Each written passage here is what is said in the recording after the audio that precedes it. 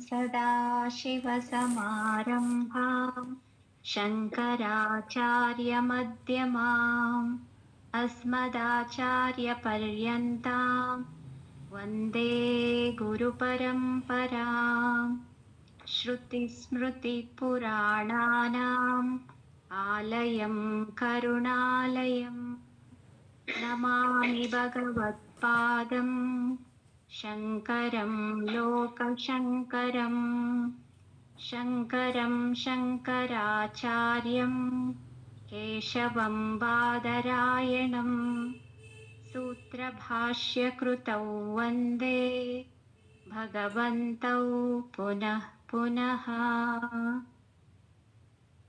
ॐ सहना भवतु सहनौ भुनक्तु सह वीर्यं करवावहै तेजस्विनावधीतमस्तु मा विद्विषावहै।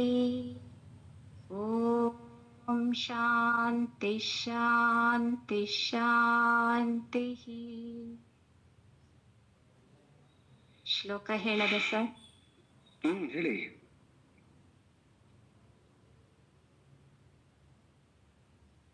ಕಾರ್ಯಪ್ರವರ್ಧನಾತ್ ಬೀಜ ಪ್ರವೃತ್ತಿಃ ಪರಿದೃಶ್ಯತೆ ಕಾರ್ಯನಾಶಾತ್ ಬೀಜನಾಶಃ ಅಸ್ಮಾತ್ ಕಾರ್ಯಂ ನಿರೋಧಯೇತ್.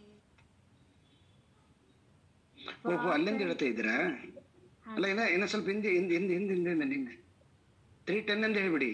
ಇದು ಇವತ್ತು ಲಾಸ್ಟ್ ಮುಗಿತದ? 3:10 ಅಂತ ಹೇಳಿ. ನಿಗೃಹ್ಯ ಶತ್ರೋರಹಮವಕಾಶಃ ಕ್ವಚಿನ್ನ ದೇಯೋ ವಿಷಯಾನುಚಿಂತಯ ಸ ಏವ ಸಂಜೀವನ ಹೇತುರಸ್ಯ ಪ್ರಕ್ಷೀಣಜಂಬೀರತರೋರಿವಾಂಬು. ದೇಹಾತ್ಮನಾ ಸಂಸ್ಥಿತ ಏವ ಕಾಮಿ ವಿಲಕ್ಷಣಃ ಕಾಮಯಿತಾ ಕಥಂ ಸ್ಯಾತ್ ಅಥೋರ್ಥಸಂಧಾನ ಪರತ್ವಮೇವ ಭೇದ ಪ್ರಸಕ್ತ್ಯಾ ಭವಬಂಧ ಹೇತುಃ. ಕಾರ್ಯಪ್ರವರ್ಧನಾತ್ ಬೀಜ ಪ್ರವೃತ್ತಿ ಪರಿದೃಶ್ಯತೆ ಕಾರ್ಯನಾಶಾತ್ ಬೀಜನಾಶಃ ಅಸ್ಮಾತ್ ಕಾರ್ಯಂ ನಿರೋಧಯೇತ್. ಅಲ್ಲಿ ಸರ್, ಬೀಜನಾಶಃ ಅಂತಂದ್ರೆ ಏನಾಯ್ತು? ಸಕಾರ ಹೊರಟೋಯ್ತು, ಕರೆಕ್ಟು. ತಸ್ಮಾತ್ ಅಲ್ಲಿ ಕೆಳಗಡೆ ತ ಇದೆ, ತಸ್ಮಾತ್ ಅಂತ ಆಗುತ್ತೆ ಅವಾಗ. ಅದು ಹೌದು ಸರ್, ತಪ್ಪಾಯ್ತು ಸರ್. ಕಾರ್ಯಪ್ರವರ್ಧನಾತ್ ಬೀಜ ಪ್ರವೃತ್ತಿಃ ಪರಿದೃಶ್ಯತೆ ಕಾರ್ಯನಾಶಾತ್ ಬೀಜನಾಶ ತಸ್ಮಾತ್ ಕಾರ್ಯಂ ನಿರೋಧಯೇತ್. ಮತ್ತೆ ತಪ್ಪು ಮಾಡಿದೆ ನೋಡು. ಇಲ್ಲಿ ವಿಸರ್ಗ ಹೇಳ್ಬೇಕು ಹೇಳ್ಬಾರ್ದು ಗೊತ್ತಾಗುತ್ತಿಲ್ಲ ಪಾಪ ನಿನಗೆ. ಮೇಲೆ ಬೇಕಾಗಿಲ್ಲ ಅಲ್ಲಿ ಕಾರ್ಯ ಪ್ರವರ್ಧನಾತ್ ಬೀಜ ಪ್ರವೃದ್ಧಿ ಪರಿದೃಶ್ಯತೆ, ಅಲ್ಲಿ ವಿಸರ್ಗ ಬಿಡಿಸ್ಬೇಕಾಗಿಲ್ಲ ಅಲ್ಲಿ ಮಧ್ಯದಲ್ಲಿ. ಸರಿ ಸರ್. ಕಾರ್ಯನಾಶಾತ್ ಬೀಜನಾಶಃ ವಿಸರ್ಗ ಯಾಕೆ ಹೇಳ್ಬೇಕು ಅಂದ್ರೆ ಅಲ್ಲಿ ಸಕಾರವನ್ನ ಕತ್ತರಿಸ್ಬೇಕಾಗ್ಯದ, ನಾವು ಬಿಡಿಸ್ಬೇಕಾಗ್ಯದ. ಅದಕ್ಕೆ ಬೀಜನಾಶಃ ತಸ್ಮಾತ್ ಕಾರ್ಯಂ ನಿರೋಧಯೇತ್. ಓಕೆ. ಕಾರ್ಯನಾಶಾತ್ ಬೀಜನಾಶಃ ತಸ್ಮಾತ್ ಕಾರ್ಯಂ ನಿರೋಧಯೇತ್. Very good. ವಾಸನಾವೃದ್ಧಿತಃ ಕಾರ್ಯಂ. ಅದೇ ಈಗ ನೋಡಿ, ಅಲ್ಲಿ ಬಿಡಿಸ್ಬಿಡೋದನ್ನ ತಕಾರವನ್ನ ವಿಸರ್ಗ ಹೇಳ್ಬೇಡಿ. ವಾಸನಾವೃದ್ಧಿತ ಕಾರ್ಯಂ ಮಧ್ಯದಲ್ಲಿ ಬಿಡಿಸೋ ಅದನ್ನ ವಿಸರ್ಗ ಹೇಳ್ಬಾರದು. ನನ್ ಬುಕ್ಕಲ್ಲಿ ಆತರ ಇದೆ ಸರ್. ಅಲ್ಲ, ನಮ್ಮಲ್ಲಿದೆ ಅಂದ್ರೆ ನಾವು ಈಗ ಅದನ್ನ ಕಾನ್ಸಿಯಸ್ ಆಗಿ ಅದನ್ನ ಹೇಳ್ಬಾರದು ಮಧ್ಯದಲ್ಲಿ. ಸರಿ ಸರ್, ಸರಿ ಸರ್, ಹೇಳಲ್ಲ ಸರಿ. ವಾಸನಾವೃದ್ಧಿತ ಕಾರ್ಯಂ ಕಾರ್ಯವೃದ್ಧ್ಯಾ ಚ ವಾಸನಾ ವರ್ಧತೆ ಸರ್ವತಾ ಪುಂಸ ಪುಂಸಃ ಅಲ್ಲಿದಿಲ್ಲ, ಅಲ್ಲಿ ಬಿಡಿಸ್ತೀಯಲ್ವಾ, ಅಲ್ಲಿ ನಿಲ್ಲಿಸ್ಬಿಡ್ತೀಯಲ್ವಾ. ಯಾವಾಗ ಒಂದು ಪದ ಅಂತ ಮಾಡಿದ್ದಾರೆ, 4 ಪಾದದಿವೆ ಇದ್ರಾಗ, ಹೌದಲ್ವಾ? ಹಾ ಸರ್. ವರ್ಧತೆ ಸರ್ವತ ಪುಂಸಃ ಅಲ್ಲಿ ಬಿಡಿಸಿದಾಗ ಅವಾಗ ಹೇಳ್ಬೇಕು ವಿಸರ್ಗ. ಸರಿ ಸರ್, ಸರಿ ಸರ್. ವಾಸನಾವೃದ್ಧಿತ ಕಾರ್ಯಂ ಕಾರ್ಯವೃದ್ಧ್ಯಾಚ್ಯ ವಾಸನಾ ವರ್ಧತೆ ಸರ್ವತಾ ಪುಂಸಃ ಸಂಸಾರೋ ನ ನಿವರ್ತತೆ. ಸಂಸಾರಬಂಧ ವಿಚ್ಛಿತ್ಯೈ ತದ್ವಯಂ ಪ್ರದಹೇದ್ಯತಿ ವಾಸನಾವೃದ್ಧಿರೇತಾಭ್ಯಾಂ ಚಿಂತಯಾ ಕ್ರಿಯಯಾ ಬಹಿಃ. ಆಭ್ಯಾಂ ಪ್ರವರ್ಧಮಾನಸಾ ಸೂತೆ ಸಂಸ್ಕೃತಿಮಾತ್ಮನಃ ತ್ರಯಾಣಾಂ ಚ ಕ್ಷಯೋಪಾಯಃ ಸರ್ವಾವಸ್ಥಾಸು ಸರ್ವದಾ. ಸಂಸ್ಕೃತಿ ಅಂತಿಲ್ಲ, ಸಂಸ್ಕೃತಿ ಇದೆಯಾ ನಿಮ್ಮದ್ರಲ್ಲಿ? ಹೌದು ಸರ್, ಸಂಸ್ಕೃತಿ ಮಾತ್ಮನಃ ಅಂತಿದೆ. ಸಂಸ್ಕೃತಿ ಸಂಸ್ಕೃತಿ ಕಕಾರ ಇಲ್ಲಲ್ಲಿ, ಕಾ ಇಲ್ಲ, ಸಂಸ್ಕೃತಿ ಸಂಸ್ಕೃತಿ. ಹಾ ಸರ್, ಹಾ ಸರ್. ಆಭ್ಯಾಂ ಮೊದ್ಲೇನು ಆ ಇದೆಯಾ ತಾ ಇದೆಯಾ? ತಾ ಇದೆ ಸರ್. ತಾ ಅದನ್ನ ಕೇಳಿಸ್ತಾ ಇಲ್ಲ ಸರ್. ನೀವು ಆಭ್ಯಾಮ್ ಅಂತ ಓದಿದ್ರಿ ಅನ್ಸುತ್ತೆ ಸರ್. ಇಲ್ಲಮ್ಮ, ನಾನ್ಯಾಕೆ ಹಂಗ ಓದ್ಬೇಕು? ನಾನ್ ಹಂಗೇನ ಓದ್ರ ಕೇಳ್ಬೇಕಲ್ವಾ? ನೋಡಿ ಅಲ್ಲಿ ತಾ ಇದೆ, ಆ ಅಂತ ಯಾಕೆ ಕೇಳಿದ್ರಿ ಅಂತ ಕೇಳ್ಬೇಕು ನನ್ನ. ಸರ್, ನಂದು ಪ್ರಿಂಟ್ ಏನಾದ್ರು ಮಿಸ್ಟೇಕ್ ಆಗಿದೆ ಏನೋ ಅಂತ. ಯಾಕೆ ನಿನ್ ಮೇಲೆ ಆರೋಪ ಮಾಡಿಕೊಳ್ತೀಯ? ನನ್ನ ಕೇಳಲ್ವಾ ಡೈರೆಕ್ಟ್ ಆಗಿ? ನೋಡಿ ಅಲ್ಲಿ ತಾ ಇದೆ, ನನಗೇನ್ ಸರಿಯಾಗಿ ಕಾಣ್ತಾ ಇಲ್ಲ, ಅದು ತಾನೋ ಆನೋ ಅಂತ ಹೇಳ್ಬೇಕಲ್ವಾ? ಯಾಕೆ ಎದುರ್ಕೊಳ್ಳೋದು ಏನದ್ರಲ್ಲಿ? ಕಲಿಯುವಾಗ ಎದುರ್ಕೊಳ್ತಕ್ಕಂಥ ಪ್ರಶ್ನೆ ಬಿಟ್ಬಿಡ್ಬೇಕು ನೀವು. ಆಗಿದ್ರೆ ಏನು ಕೊನೆಗೆ ಎಷ್ಟು ದಿವಸ ಕೇಳಿದ್ರು ಯಾರು ಏನನ್ನ ಕೇಳಿದ್ರೆ ಗಾಬರಿ ಆಗಿ ಬಿಡ್ತೀರಿ ಅಷ್ಟೇನೆ. ಫ್ರೀ ಆಗಿ. ಸರಿ. ತಾಭ್ಯಾಂ ಪ್ರವರ್ಧಮಾನಾಸಾ ಸೂತೆ ಸಂಸ್ಕೃತಿಮಾತ್ಮನಃ ತ್ರಯಾಣಾಂ ಚಕ್ಷಯೋಪಾಯಃ ಸರ್ವಾವಸ್ಥಾಸು ಸರ್ವದಾ. ಸರ್ವತ್ರ ಸರ್ವತಃ ಸರ್ವಂ ಬ್ರಹ್ಮಮಾತ್ರಾವಲೋಕನೈಃ ಸದ್ಭಾವವಾಸನಾಧಾರ್ಢ್ಯಾತ್ ತತ್ರಯಂ ಲಯಂ ಅಶ್ನುತೆ. ಕ್ರಿಯಾನಾಶೇ ಭವೇತ್ ಚಿಂತಾನಾಶಃ ಅಸ್ಮಾದ್ವಾಸಾಕ್ಷಯಃ. ವಾಸನಾಕ್ಷಯಃ. ಕ್ರಿಯಾನಾಶೇ ಭವೇತ್ ಚಿಂತಾನಾಶಃ ಅಸ್ಮಾತ್ ವಾಸನಾಕ್ಷಯಃ. ವಾಸನಾ ಪ್ರಕ್ಷಯೋ ಮೋಕ್ಷಃ ಸಾ ಜೀವನ್ಮುಕ್ತಿರಿಷ್ಯತೆ. Very good.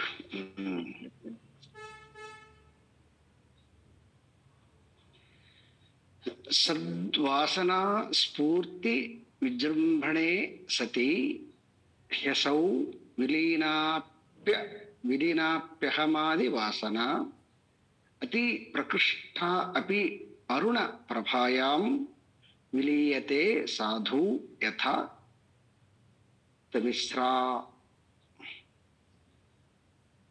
ಸದ್ವಾಸನಾ ಸ್ಫೂರ್ತಿ ವಿಜೃಂಭಣೆ ಸತಿ ಹ್ಯಸೌ ವಿಲೀನಾಪ್ಯಹಮಾದಿ ವಾಸನಾ ಅತಿ ಪ್ರಕೃಷ್ಟಾಪ್ಯರುಣ ಪ್ರಭಾಯಾಂ ವಿಲೀಯತೆ ಸಾಧು ಯಥಾ ತಮಿಸ್ರಾ.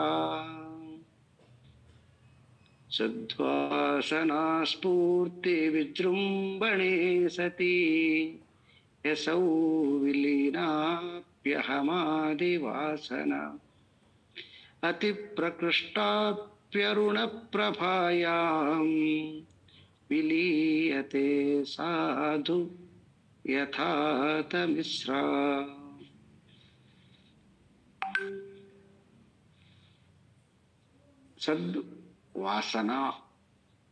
ಸದ್ವಾಸನ ಅಂತಂದ್ರೆ ಇಲ್ಲಿ ಸದ್ ಅಂದ್ರೆ ಸತ್ ಅಂತ.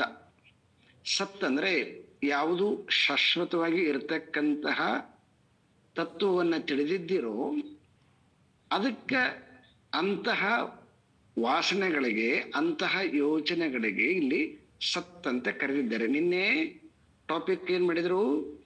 ಜೀವನಿಗೆ ಸಂಬಂಧಪಟ್ಟಿರ್ತಕ್ಕಂತಹ ವಾಸನೆಗಳನ್ನ ನಾಶ ಮಾಡಬೇಕು ಅಂತ ಹೇಳಿದ್ರು. ಈಗ ಈ ಶ್ಲೋಕದಲ್ಲಿ ಯಾವುದು ಶಾಶ್ವತವಾಗಿರ್ತಕ್ಕಂತಹ ವಿಚಾರಗಳನ್ನ, ಶ್ರವಣಗಳನ್ನ ಮಾಡಿದ್ದೀರೋ ಅವನು ಕೂಡ ಇಲ್ಲಿ ಯೋಚನೆಗಳು ಅಂತ ಕರೆದಿದ್ದಾರೆ. ಅದನ್ನು ಕೂಡ ಈ ವಾಸನ. ಹಾಗಾಗಿ ಸದ್ವಾಸನ, ಸದ್ವಾಸನ ಬ್ರಹ್ಮನಿಗೆ ಸಂಬಂಧಪಟ್ಟಿರ್ತಕ್ಕಂತಹ, ಆತ್ಮನಿಗೆ ಸಂಬಂಧಪಟ್ಟಿರ್ತಕ್ಕಂತಹ, ಪರಮಾತ್ಮನಿಗೆ ಸಂಬಂಧಪಟ್ಟಿರ್ತಕ್ಕಂತಹ, ಆನಂದಕ್ಕೆ ಸಂಬಂಧಪಟ್ಟಿರ್ತಕ್ಕಂತಹ ಏನು ಅನೇಕ ಗುಣಗಳಿಂದ ಪರಮಾತ್ಮನನ್ನ ನಾವು ತಿಳಿದುಕೊಂಡಿದ್ದೆವೋ ಅಂತಹ ಪರಮಾತ್ಮನ ಯೋಚನೆಗಳನ್ನ ಇಲ್ಲಿ ಸತ್ ಅಂತ ಕರೆದಿದ್ದಾರೆ. ಅಂದ್ರೆ ಅದು ಯಾವಾಗಲೂ ಇರುವಂತಹ ಯೋಚನೆ ಅಂತ. ಅಂತಹ ವಾಸನೆ ಏನಾಗುತ್ತೆ ಅಂದ್ರೆ ಅದು ವೃದ್ಧಿ ಆಗುತ್ತಾ. ವಾಸನಾ ಸ್ಫೂರ್ತಿ ಅಂದ್ರೆ ಉತ್ಕೃಷ್ಟಗೊಳ್ಳುತ್ತ, ಹೆಚ್ಚು ಹೆಚ್ಚು ಪ್ರಕಾಶಮಾನವಾಗುತ್ತ. ವಿಜೃಂಭಣೆ ವಿಜೃಂಭಿಸ್ತದಂದ್ರೆ ಜೋರಾಗಿ, ಹೆಂಗ ಯಾವ್ದಾದ್ರು ಒಂದು ಫಂಕ್ಷನ್ಗಳಲ್ಲಿ ಲೈಟ್ಗಳು ಜಗಮಗಿಸ್ತವಲ್ವ, ಹಾಗೆ ಪರಮಾತ್ಮನಿಗೆ ಸಂಬಂಧಪಟ್ಟಿರ್ತಕ್ಕಂತಹ ವಾಸನೆಗಳು ಸ್ಫೂರ್ತಿಯನ್ನ ಪಡೆದು ವಿಜೃಂಭಣೆ ಸತಿ ಅಂದ್ರೆ ವಿಜೃಂಭಿಸುವಂತಹ ಸ್ಥಿತಿಯಲ್ಲಿ, ಅಂತಹ ಜ್ಞಾನ ಪ್ರಕಾಶವಾಗಿರ್ತಕ್ಕಂತಹ ಬೆಳಕಿನಲ್ಲಿ ಹಿ ಅಸೌ ಅದು ಏನಾಗುತ್ತೆ? ಬೆಳಕು ಎಲ್ಲ ಕಡೆ ಹರಡಿಕೊಂಡು ಬಿಡುತ್ತೆ. ಎಲ್ಲಿ ಹರಡಿಕೊಂಡು ಬಿಡುತ್ತದೆ? ನಮ್ಮ ಹೃದಯದಲ್ಲಿ ಎಲ್ಲ ಕಡೆಗೆ ಹರಡಿಕೊಂಡು ಬಿಡುತ್ತದೆ. ಯಾವುದು? ಈ ತತ್ವ ಚಿಂತನೆಯ ವಿಚಾರಗಳು. ಈ ತತ್ವ ಚಿಂತನೆಯ ವಿಚಾರಗಳು ನಮ್ಮ ಹೃದಯದ ಎಲ್ಲ ಭಾಗದಲ್ಲೇ ಹರಡಿಕೊಂಡು ಬಿಡ್ತವೆ. ಹರಡಿಕೊಂಡಾಗ ಏನಾಗುತ್ತೆ? ಅದೆಲ್ಲ ಕಡೆಗೆ ಸೇರ್ಕೊಂಡು ಬಿಡುತ್ತೆ. ವಿಲೀನಾ ಅಪಿ ಅಹಮಾದಿ ವಾಸನ. ಅವಾಗ ಏನಾಗುತ್ತೆ? ವಾಸನೆ ವಿಲೀನ ಅಂತಂದ್ರೆ ಸೇರ್ಕೊಳ್ತದೆ ಅಂತಕ್ಕಂಥದ್ದು ಅರ್ಥದಕ್ಕಿಂತನೂ ಇಲ್ಲೇನು ಬಳಸಿದ್ದಾರೆ ಅಂತಂದ್ರೆ, ಅದನ್ನ ವಿಲೀನ ಅಪಿ ಅಂತಂದ್ರೆ ಅದೇನಾಗುತ್ತದೆ? ನಿಧಾನವಾಗಿ ನಾಶವಾಗ್ತಾ ಹೋಗ್ತದೆ. ವಿಲೀನ ಅಂತಂದ್ರೆ ಸೇರು ಅಂತ ಅರ್ಥ ಆಗುತ್ತೆ. ಇನ್ನೊಂದು ಅರ್ಥದಲ್ಲಿ ಅದು ಲಯವಾಗುತ್ತೆ ಅನ್ನುವಂತಹ ಅರ್ಥದಲ್ಲಿ ವಿಲೀನ ಅಂತಕ್ಕಂಥದ್ದನ್ನ, ಮತ್ತೊಂದು ಅರ್ಥದಲ್ಲಿ ಲಯ ಅಂತ ಕೂಡ ಎರಡು ಅರ್ಥ.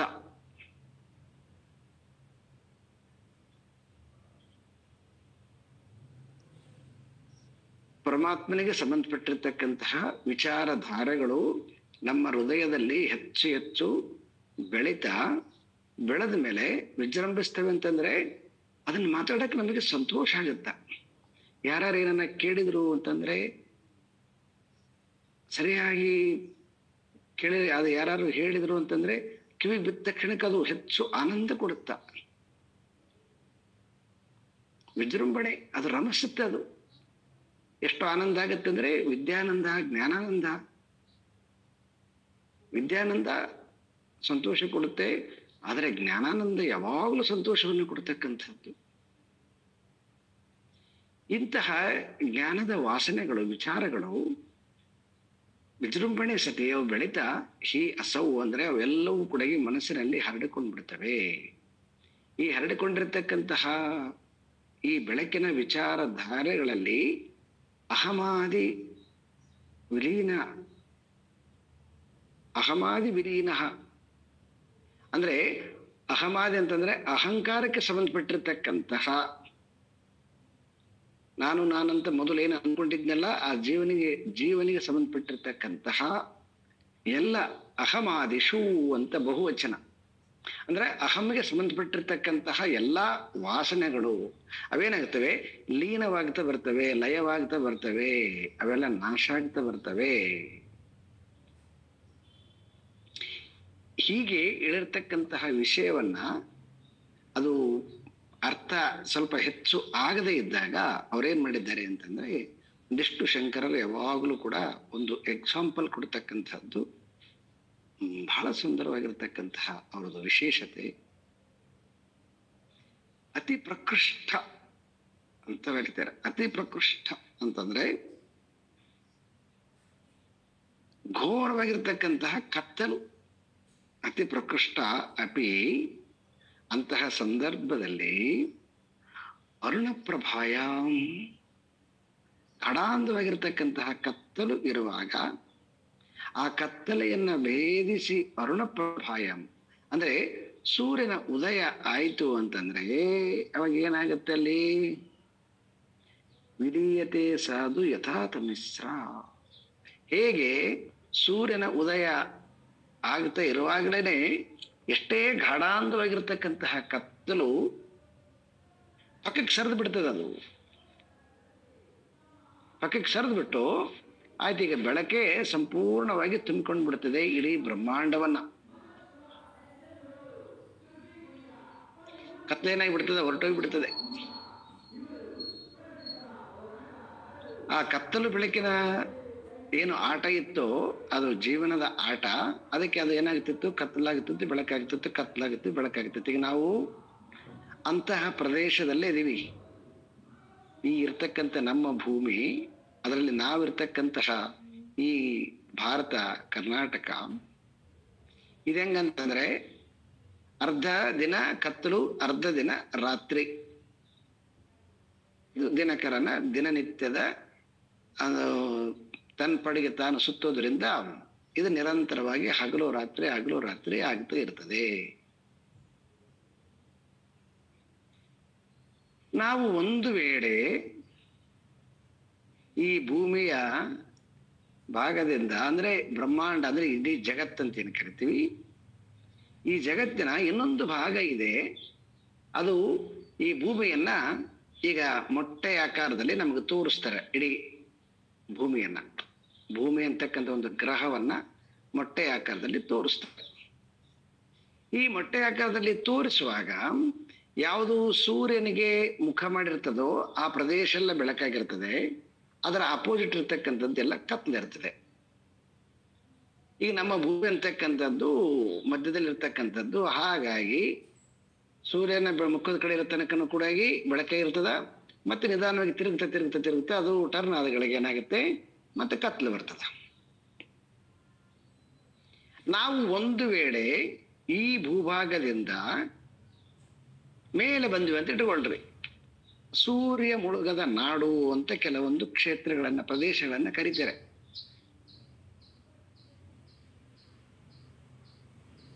ಸೊ ಯಾರು ಭೂಗೋಳ ಶಾಸ್ತ್ರಜ್ಞರು ಇದರಲ್ಲಿ ಯಾರಾದರೂ ಗೊತ್ತಿರಲಿದ್ರೆ ಅಂತಂದ್ರೆ, ಕೆಲವೊಂದು ಪ್ರದೇಶಗಳಿದೆವ, ಅಲ್ಲಿ ಏನಾಗುತ್ತೆ ಅಂದ್ರೆ ಅದು ಮೇಲದೆವು ಆ ಪ್ರದೇಶ.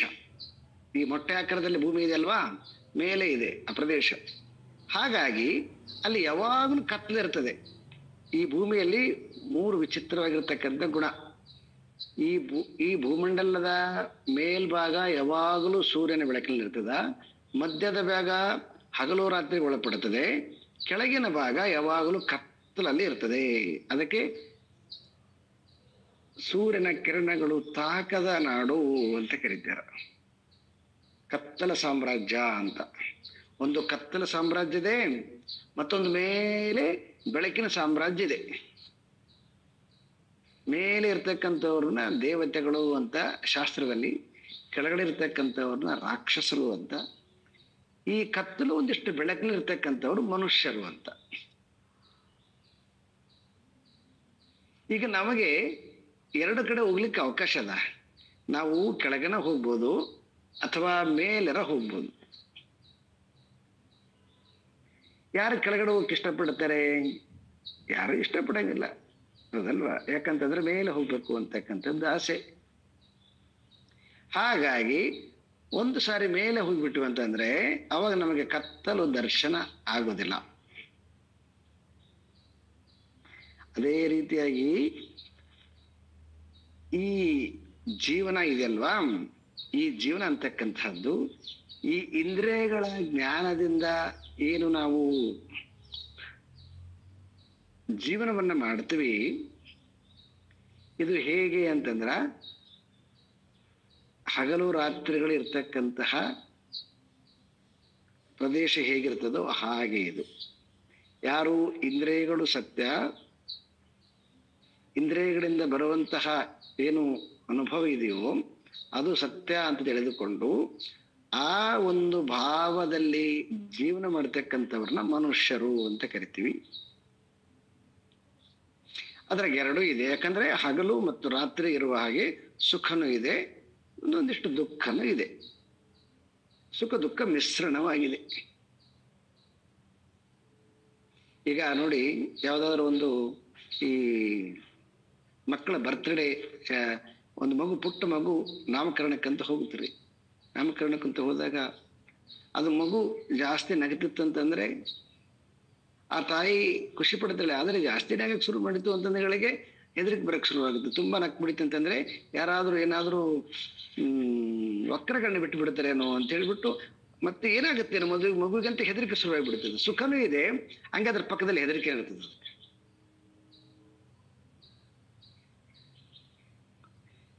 ಎಂತ ಸುಖ ತರ ಕಾಣುತ್ತದೆ, ಹಾಗೆ ಅಷ್ಟು ಅದ್ರ ಪಕ್ಕದಲ್ಲೇನೆ ಹಂಗೆ ದುಃಖದ. ಇದು ಜೀವನ. ಇದು ಹಗಲು ರಾತ್ರಿ ಇದ್ದಂಗೆ. ಇದು ಹಗಲು ಇದೆ, ರಾತ್ರಿ ಇದೆ.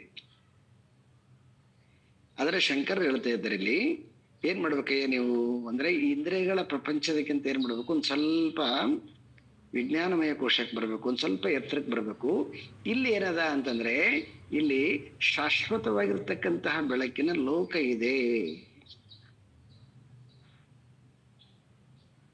ಅದು ಸ್ವಲ್ಪ ಇಂದ್ರಿಯಗಳಿಗಿಂತ ಸ್ವಲ್ಪ ಮನಸ್ಸಿನಕ್ಕಿಂತ ಸ್ವಲ್ಪ ಮೇಲೆ ಬರ್ಬೇಕು.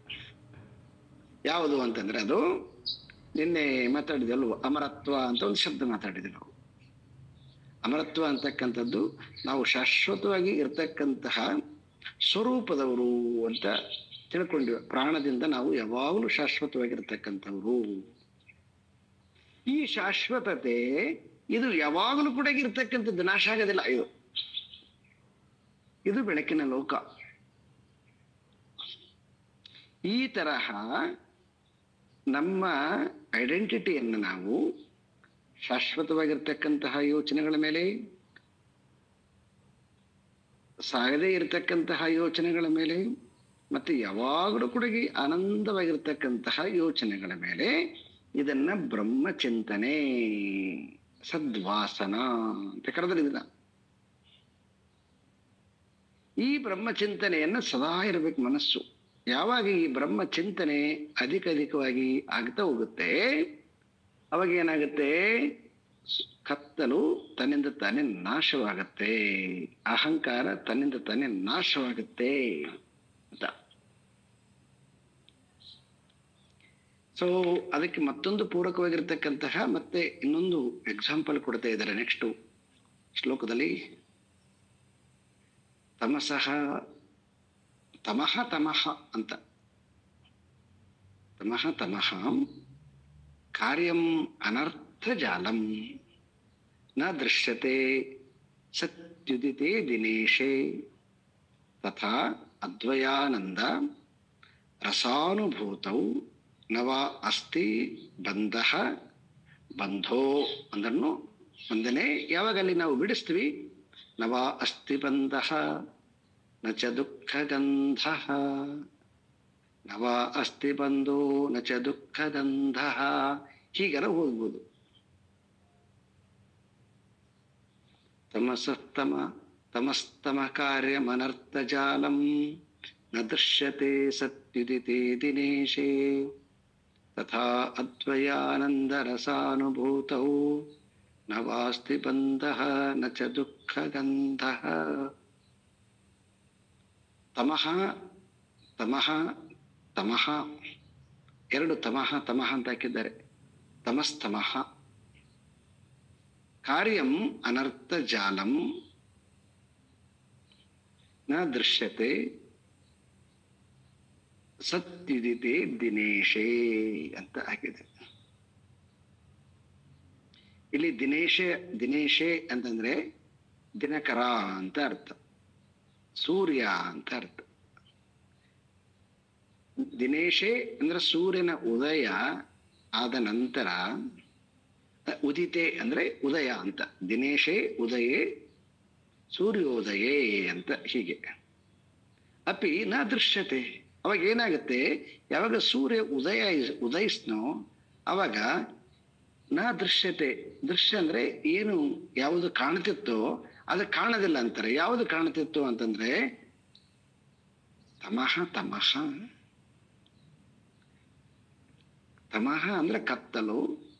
ಮತ್ತೊಂದು ತಮಃ ಹಾಕಿದ್ರ ಅರ್ಥ ಏನಂತಂದ್ರೆ ಕತ್ತಲಿನಲ್ಲಿ ಕಾಣುವಂತಹ ವಿಕ್ಷೇಪ.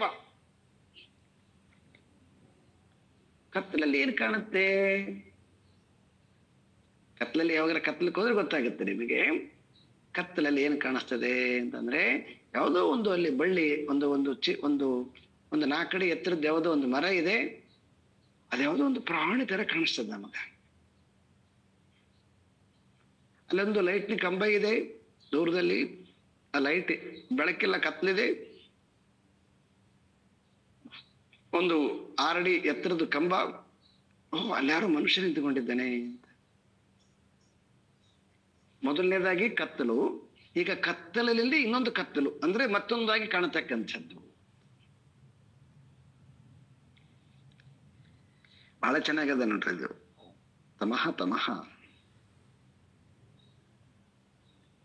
ಯಾವಾಗ್ಲೂ ನಾವು ಹೀಗೆ ಕತ್ತಲಿನೊಳಗ ಮತ್ತೊಂದು ರೀತಿಯಾಗಿರ್ತಕ್ಕಂತಹ ಜಗತ್ತು. ಎಷ್ಟೋ ಜನ ಹೆದರಿಕೊಳ್ಳುತ್ತಾರೆ, ಕತ್ತಲಲ್ಲಿ ಏನಿರುದಿಲ್ಲ, ಅಲ್ಲಿ ತಂಪಡಿ ತಾವು ಹೋಗ್ತಿರ್ತಾರೆ, ಗಾಳಿಗೆ ಯಾವುದೋ ಒಂದಲ್ಲಿ ಎಲೆ ಶಬ್ದ ಆಗಿಬಿಡ್ತದೆ, ಏನೋ ಬಂತಂತ ಹೆದರಿಕೊಂಡು ಬಿಡ್ತಾರೆ.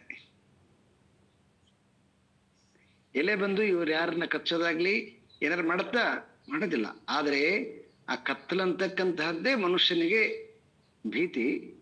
ಆ ಭೀತಿಯಲ್ಲಿ ಅಲ್ಲಿ ನಡೀತಕ್ಕಂಥ ಸ್ವಲ್ಪ ಏನಾದ್ರೂ ಘಟನೆ ಅಥವಾ ಘಟನೆ ಇಲ್ಲದೆ ಇದ್ರೂ ಕಾಣುವಂತಹ ದೃಶ್ಯ ಮತ್ತೊಂದು ರೀತಿಯಾಗಿರ್ತಕ್ಕಂಥ ಅನರ್ಥ ಜಾಲಂ. ಕಾರ್ಯಂ ಅನರ್ಥ ಜಾಲಂ. ಅರ್ಥ ಇಲ್ಲದೆ ಇರ್ತಕ್ಕಂತಹ ಜಾಲ ಸುತ್ತಿಕೊಂಡು ಬಿಡ್ತದೆ. ಅಂತಹ ಅರ್ಥ ಇಲ್ಲದೆ ಇರತಕ್ಕಂತಹ ಜಾಲ ಸುತ್ತಿಕೊಂಡಾಗ ಯಾರಾದ್ರೊಬ್ರು ಬಂದು ಲೈಟ್ ಹಾಕಿಬಿಟ್ರಂತಂದ್ರೆ ಸತಿ ಉದಿತೆ ದಿನೇಶೇ, ಆ ಸಮಯದಲ್ಲಿ ಯಾವ್ದಾದ್ರು ಒಂದು ಟಾರ್ಚ್ ಬೆಳಕು ಆನ್ ಆಗಿಬಿಡುತ್ತೆ ಅಂದ್ರ ಕಾರ್ಯಂ ಅನರ್ಥ ಜಾಲಂ ನ ದೃಶ್ಯತೆ, ಕಾಣದಿಲ್ಲ, ಅದು ಹೊರಟೋಗುತ್ತೆ, ಹೊರಟೋಗ್ಬಿಡ್ತದೆ ಅದು.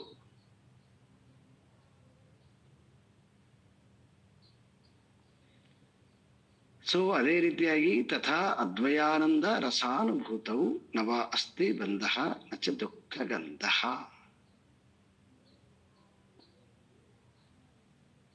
ಈ ರೀತಿಯಾಗಿ ತಥಾ ಅದ್ವಯಾನಂದ, ನಾವು ಈ ಬ್ರಹ್ಮ ಅಭ್ಯಾಸ ಚಿಂತನೆ ಅಂತೇನು ಕರಿತೀವಿ, ಅದ್ವಯಾನಂದ.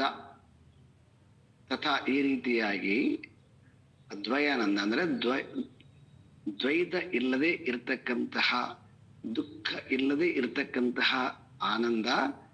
ರಸ ಅನುಭೂತಿ, ರಸ ಅನುಭೂತೌ, ರಸ ಅನುಭೂತವು ಅದು. ಸೊ ಪ್ರೆಸೆಂಟು ವರ್ತಮಾನ ಸ್ಥಿತಿಯಲ್ಲಿ ವಾಕ್ಯವನ್ನ ಪ್ರಯೋಗ ಮಾಡಿದೆ. ಅಂದ್ರೆ ಆ ಸಮಯದಲ್ಲಿ ದ್ವೈತ ಇಲ್ಲದೆ ಇರುವಂತಹ ಅದ್ವಯ ಸಮಯದಲ್ಲಿ ರಸ ಅನುಭೂತವು ಅಂದ್ರೆ ಆ ರಸ, ಆ ಆನಂದ ಸ್ಫುರಿಸುವಂತಹ ಸಮಯದಲ್ಲಿ ನವ ಅಸ್ತಿ ಬಂಧ, ಅವಾಗ ಬಂಧನೂ ಇಲ್ಲ. ನಚ ದುಃಖ ಗಂಧ, ಅವಾಗ ದುಃಖದ ಗಂಧನೂ ಇಲ್ಲ. ಯಾವಾಗ ಬ್ರಹ್ಮಾನಂದವೆಂಬ ವಿಚಾರದ ಸರಮಾಲೆಗಳು ನಮ್ಮ ಚಿಂತನೆಯಲ್ಲಿ ಅನುರಣಿತವಾಗಿ ಝೇಂಕರಿಸುವಾಗ ಮನುಷ್ಯ ಎಲ್ಲ ಬಂಧನಗಳಿಂದ ಮುಕ್ತನಾಗಿ ಬಿಡ್ತಾನೆ. ಈ ಎಲ್ಲ ಬಂಧನಗಳಿಗೆ ಅಡ್ಡಿಯಾಗಿರ್ತಕ್ಕಂತಹದ್ದು ಆ ಜೀವಭಾವದ ವಾಸನೆ. ಆ ಜೀವಭಾವದ ವಾಸನೆಯನ್ನ ಕ್ಷಯ, ನಿನ್ನೆ ನೋಡಿದ್ವಿ ನಾವು, ಅದರಿಂದ ಕ್ಷಯ ನಾಶವಾದ ಮೇಲೆ, ಬಿಡುಗಡೆಯನ್ನು ಪಡೆದ ಮೇಲೆ ಈ ಶ್ರವಣದಿಂದ ಉಂಟಾಗಿರ್ತಕ್ಕಂತಹ ಅದ್ವಯಾನಂದ ಜ್ಞಾನ, ಸದ್ಭಾವ ಅಂತ ಕರೆದ್ರೆ ಇನ್ನೊಂದು ಸತ್ ಸ್ವಭಾವ ಇರತಕ್ಕಂತಹ ಜ್ಞಾನ, ಇದು ನಮ್ಮನ್ನ ಹೆಚ್ಚು ಹೆಚ್ಚು ಹೆಚ್ಚು ಹೆಚ್ಚು ಆನಂದ ತುಂದಿಲರನ್ನಾಗಿ ಮಾಡುತ್ತೆ, ಆನಂದವನ್ನು ಕೊಡುತ್ತದೆ. ಈ ಆನಂದ ಕೊಡೋದ್ರಿಂದ ಆ ಗಳಿಗೆ, ಆ ಸಮಯ ಏನಾಗುತ್ತೆ, ಅದು ರಸಗಳಿಗೆ, ಅದು ಆ ರಸಗಳಿಗೆ ಏನಾಗುತ್ತದೆ ಮನುಷ್ಯನಿಗೆ, ಅಲ್ಲಿ ಬಂಧನೂ ಇರೋದಿಲ್ಲ, ಮತ್ತೆ ಅಲ್ಲಿ ಇನ್ನೊಂದು ರೀತಿಯಾಗಿರ್ತಕ್ಕಂತಹ ನವ ಅಸ್ಥಿ, ಬಂಧನಕ್ಕೆ ಇರತಕ್ಕಂತಹ ಯಾವ ಅಲ್ಲಿ ಲಕ್ಷಣಗಳು ಕೂಡ ಇರಕ್ಕಿಲ್ಲ ಅಂತ.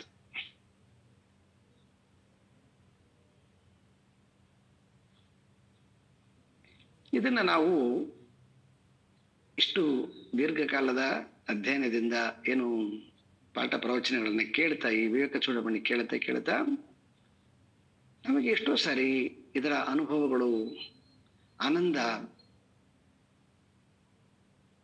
ಅನುಭವ ಬಂದದ.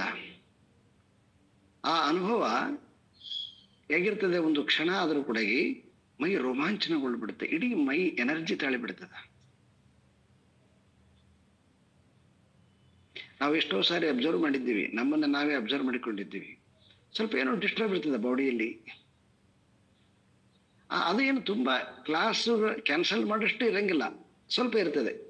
ಯಾರು ನೋಡಿದ್ರೆ ಯಾಕೆ ಡಲ್ ಆಗಿದ್ದೀವಿ ಅನ್ನೋ ತರ ಕಾಣಿಸ್ತಿರ್ತದೆ, ಕೇಳ್ತಿರ್ತಾರೆ, ಏನಿಲ್ಲ ಅಂತ ಹೇಳ್ತಿರ್ತೀವಿ. ಆದ್ರೆ ಯಾವಾಗ ಈ ವಿವೇಕ ಚೂಡಮಣಿ ಪಾಠ ಮಾಡಕ್ ಶುರು ಮಾಡ್ತೀವಿ, ಈ ವಿವೇಕ ಚೂಡಮಣಿ ಪಾಠವನ್ನ, ವಿಚಾರವನ್ನ ಕೇಳ್ತಾ ಆ ಏನು ಆ ಒಂದಿಷ್ಟು ಅನಾರೋಗ್ಯ ಇರ್ತದಲ್ವಾ, ಅದು ಹಾಗೆ ಸರಿದು ಬಿಡುತ್ತೆ. ಎಲ್ಲಿ ಸೇರ್ತದೆ ಗೊತ್ತಿಲ್ಲ, ಪಕ್ಕಕ್ಕೆ ಹೋಗಿ ಬಿಡ್ತದೆ, ಫುಲ್ ಎನರ್ಜಿ ಬಂದ್ಬಿಡ್ತದೆ ಬಾಡಿಯಲ್ಲಿ. ಈ ಶರೀರ ಇರೋ ತನಕನೂ ಕೂಡ ಈ ಶರೀರ ಹಾಗೆ ಈ ಹಗಲು ರಾತ್ರಿ ಅಂತಕ್ಕಂಥದ್ದು ಎಷ್ಟು ಸಹಜನೋ ಹಾಗೆ ಈ ಶರೀರದ ತನಕನ ಅವಾಗವಾಗ ಬಂದಿದ್ದು ಈ ಶರೀರದ ಗುಣ ತಮಸ್ಸು ಮುಚ್ಚುತ್ತಾ ಇರ್ತದೆ ನಮ್ಮ ಮೇಲೆ. ಏನೂ ಇರಂಗಿಲ್ಲ, ಸುಮ್ಮನೆ ಏನೋ ಒಂದು ಕಥೆ ಹೇಳಿಬಿಟ್ಟು ಏನೋ ಒಂದು ಪಕ್ಕಕ್ಕೆ ಸರಿಯೋದು, ಇನ್ನೇನಾಗದು ಆಗ್ತಿರ್ತದದು. ಇವತ್ತು ಬೇಡ ಅಂತ ಹೇಳೋದು, ನಾಳೆ ಜಾಯ್ನ್ ಆದ್ರೆ ಹಿಂಗೇನೋ ಒಂದು ತಳ್ಳಿ ಹಾಕ್ತಿರ್ತದೆ ಯಾವಾಗ್ಲೂ ಕೂಡ. ಆದ್ರೆ ಹೇಳ್ಬಿಟ್ಟಿದ್ವಲ್ವಾ, ಪಾಠ ಮಾಡ್ಬೇಕಲ್ವಾ ಅಂತೇಳಿ ಒಂದು ಥಾಟ್ಸ್ ಬರ್ತದೆ, ಪರವಾಗಿಲ್ಲ ನೋಡುವ, ಮಾಡ್ತಾ ಏನಾದ್ರು ತುಂಬಾ ಜಾಸ್ತಿ ಆದ್ರೆ ಬಿಟ್ಬಿಡುವ ಅಂತ ಹೇಳಿ ಜಾಯ್ನ್ ಆಗ್ತೀವಿ. ಆದ್ರೆ ಪಾಠ ಮಾಡ್ತಾ ನೀವು ಕೆಲವೊಂದು ಹೇಳತಕ್ಕಂಥ ಕೇಳ್ತಾ ಮತ್ತೆ ಇದರ ಯೋಚನೆಗಳು ಅರುಣೋದಯ ತರ ವಿಜೃಂಭಿಸಕ್ಕೆ ಶುರುವಾಗ್ತವೆ. ಆ ವಿಜೃಂಭಣೆಯಿಂದ ಆ ಎಲ್ಲ ನೆಗೆಟಿವ್ ಗುಣಾದಿಗಳು ಪಕ್ಕಕ್ಕೆ ಸರಿದ್ಬಿಟ್ಟು ಮನಸ್ಸು ಮತ್ತೆ ಶಾಂತವಾಗಿ ಬಿಡ್ತದೆ. ಬ್ರಹ್ಮಾನಂದಂ ಪರಮ ಸುಖದಂ ಕೇವಲಂ ಜ್ಞಾನಮೂರ್ತಿಂ ದ್ವಂದ್ವಾತೀತಂ ಗಗನ ಸದೃಶಂ ತತ್ವಮಸ್ಯಾದಿಲಕ್ಷ್ಯಂ ಏಕಂ ನಿತ್ಯಂ ವಿಮಲವಚಲಂ ಏಕಂ ನಿತ್ಯಂ ವಿಮಲಮಚಲಂ ಸರ್ವಧಿ ಸಾಕ್ಷೀಭೂತಂ ಭಾವಾತೀತಂ ತ್ರಿಗುಣರಹಿತಂ ಸದ್ಗುರುಂ ತ್ವಂ ನಮಾಮಿ.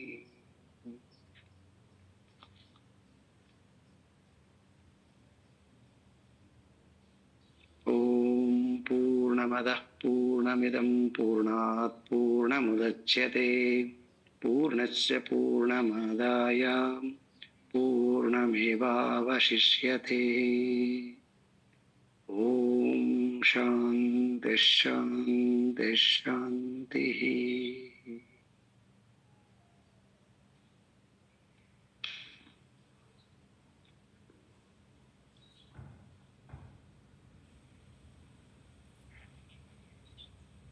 ಧನ್ಯವಾದ sir. Thank you sir. Thank you sir.